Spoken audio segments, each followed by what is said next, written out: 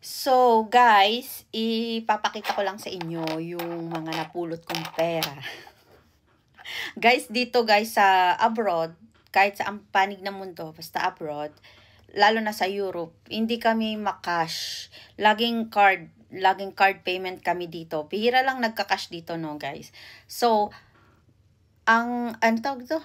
So, kapag nakapulot kayo ng pera sa daan, sa kalsada, napakaswerte nyo na. Katulad ko.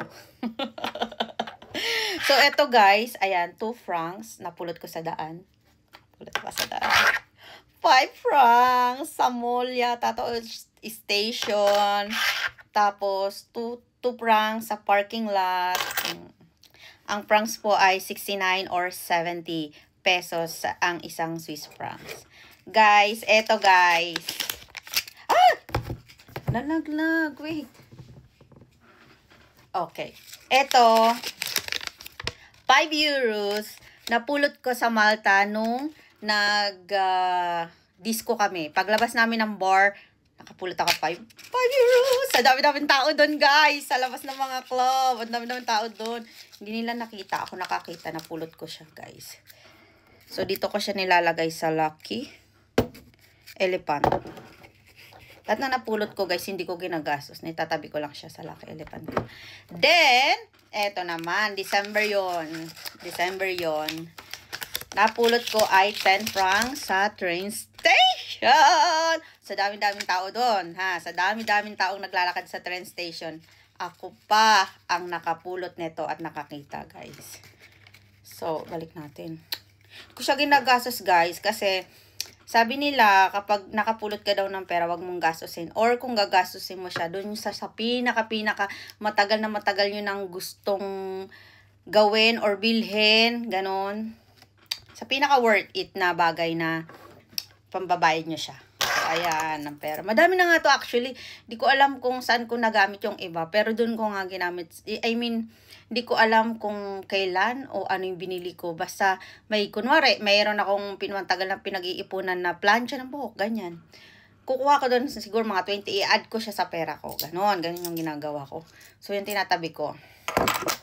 Guys, yung napulot kong 5 euro sa Malta kasama ko yung mga kaibigan ko. Sabi niya, ang tagal-tagal niya na daw sa Malta. Hindi pa siya nakakapulot ng pera ever doon. Pero ako nakapulot ako. Tapos itong 10 Swiss franc napulot ko sa train station. Kasama ko rin yung kaibigan ko. Sabi niya, ang bilis daw ng mata ko. So, kwento ko sa inyo guys. Ako talaga, yung pera is not my problem. Wow! I mean, kapag yung parang never ako nasi-zero. Like, kunwari, masi-zero ako today. Then tomorrow, accidentally, makakapulot ako ng pera. Or magkakaroon. Like, alam nyo yung always God provide us. Tama ba? Basta yung ganong kasabihan, sa akin talaga legit yun. Kapag kunwari, like, dati, no, way back 10 years ago. Ito na naman tayo sa 10 years ago. So, pag sahod ko, lahat yung sahod ko, na pambabayad ko lahat yung sa utang. Ang matitira lang sa akin siguro 500.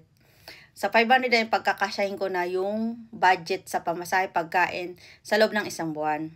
So, 3 days pa lang guys, wala na yung 500. So, back to lakad-lakad tayo ngayon. Actually, hindi naman talaga ako dati nagsasakay-sakay ng tricycle sa trabaho. Lilalakad ko lang yun. So, yung back to utang, ganon. Back to utang sa kantin, sa tindahan, ganyan. So, ako pray ako. Sabi ko, Lord. Kasi guys, dati nga, tinapay lang kinakain ko. Araw-araw, umaga, tanghali, gabi. Isang pirasong tinapay lang kinakain namin. Pinag-ahatian namin ng ex ko. Yun, ganon. So, ako pray ako, Lord. Gusto ko na po makakain ng kanin. Kahit kanin lang po, tas toyo ulam, okay na po sa akin yun, Lord. Guys, naiyak ako. Paglalakad ko guys, papunta ng trabaho ko, nakapulot ako ng 500 pesos. Nakapulot ako ng 500 pesos. So, hindi ako bumili ng ulam. Guys, bigas, tsaka uling, kasi wala nga kaming gasol. Uling, bigas, uling, tubig, kasi yun yung importante sa amin. So, yun, bili agad ng bigas, nakakain ako ng bigas ng 1 week. Tapos, dati siya yung kasama ko sa buhay ko, yung tinapay lang kinakain namin araw-araw, ganon. mapapalayas na kami sa bahay, 3 months kami hindi nakabayad, buong paligid ng lugar namin na may mga tindahan, may utang na kami, mahaba na lista namin, so hindi na kami pinapautang.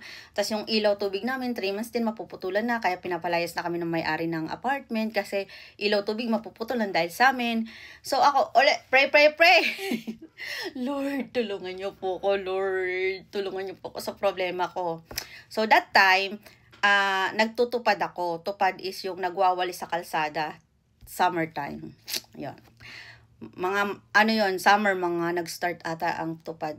January hanggang February, March. Kasi 3 months lang yun, March. So, mainit. So, lakad-lakad ako, nagwawalis. Tas ako, problemado nga ako. Lumalayo ako sa mga kasamahan ko. Hindi naman malayo. Natatanaw pa rin nila ako. Doon pa rin ako sa area. Walis-walis kami. Sa may bandang prensa, guys. Walis-walis kami. Ako pala, walis-walis. Tapos guys, accidentally na hit ako, nasagi ako nung kotse na nagtapa-practice lang siya sa looban, ganyan. Hindi na mabilis, yung hindi malakas pagkakabangga, practice nga, 'di ba? Nahit niya ako. Syempre natumba pa din ako. Tapos siguro na shock yung katawan ko, kaya parang nag-blackout ako, tapos tumumbag. Tapos pagising ko, guys, mga ka-work ko, mga ka-grupo ko, umiyak sila ganyan. Tapos sabi ko, Tapos may bumulong yung kaibigan ko, sabi ng ka-work ko, umiyak ka. Ako naman, bakit ako iyak? Iyak ako. Sakit. Tapos sabi ng mga kasama ko, dali na yan sa ospital, ganyan. Basta, to cut the story short, yung lalaki na yun, may-ari pala siya ng factory doon sa bandang prensa, ganyan. So, nagpa-practice siya, wala siyang lisensya, ganyan. Hindi siya sa driving agency or driving school, nag-aaral mag-practice, ganyan. So, siya, illegal yung ginagawa niya. So, pag nagreklamo kami, ganyan. So, sa madaling salita, dinala ako sa ospital, binayaran ako, ganyan, ilang araw na hindi ako makapasok, binayaran niya lahat. So, siguro mga 15K or 20K ang binigay niya sa akin na pera. Kasama na doon yung panggamot ko, yung gamot ko, yung bayad niya kasi hindi ako makakapag-work dahil nga na aksidente, ganyan. So, ayun na nga. Tapos sabi ko, hayop na yun. Tapos saka ko naalala na, ng mga kasamahan ko na yun.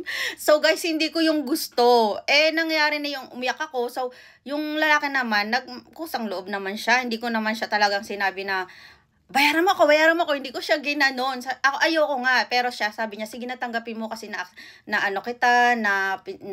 abala kita, ganyan. Hindi ka makakapagtrabaho dahil sa akin. Tapos, nung time na yun, yung lalaki na yun, is may meeting ata sila, ganyan. Sinundo na siya ng assistant or secretary niya na, sir, alis na po tayo, may meeting po. Tapos, bayaran na lang po yung babae para makaalis ka na po, ganyan. So, binigyan nga ako. Madaling salita, guys. Pero okay na okay ako. Lahat ng x-ray, buong katawan, guys, mula ulo hanggang pa, in-x-ray ako. So, wala naman, no? So, nabayaran ko yung ilaw tubig, tapos yung apartment, di kami napalayas, tapos yung mga kasamahan ko. Siyempre, nanghingi ng balado. Alam mo yun, yung parang pinamerienda ko sila. Tapos, siyempre sabi ko, mga loko kayo, sira ulo kayo, kaya pala pinapaiyak nyo ako nung pagising ko, ganyan. Kasi siyempre, ganyan, gumanon sila. So, yun nga, guys. Tapos, marami pa akong kwento, guys, na every time magpe-pray ako kay Lord about sa Lord, tulungan mo ako, kailangan ko ng cash, binibigyan niya talaga ako. Ganyan. Isang snap, binigyan niya agad ako pagkatas ko mag-pray. Answered prayer talaga, guys.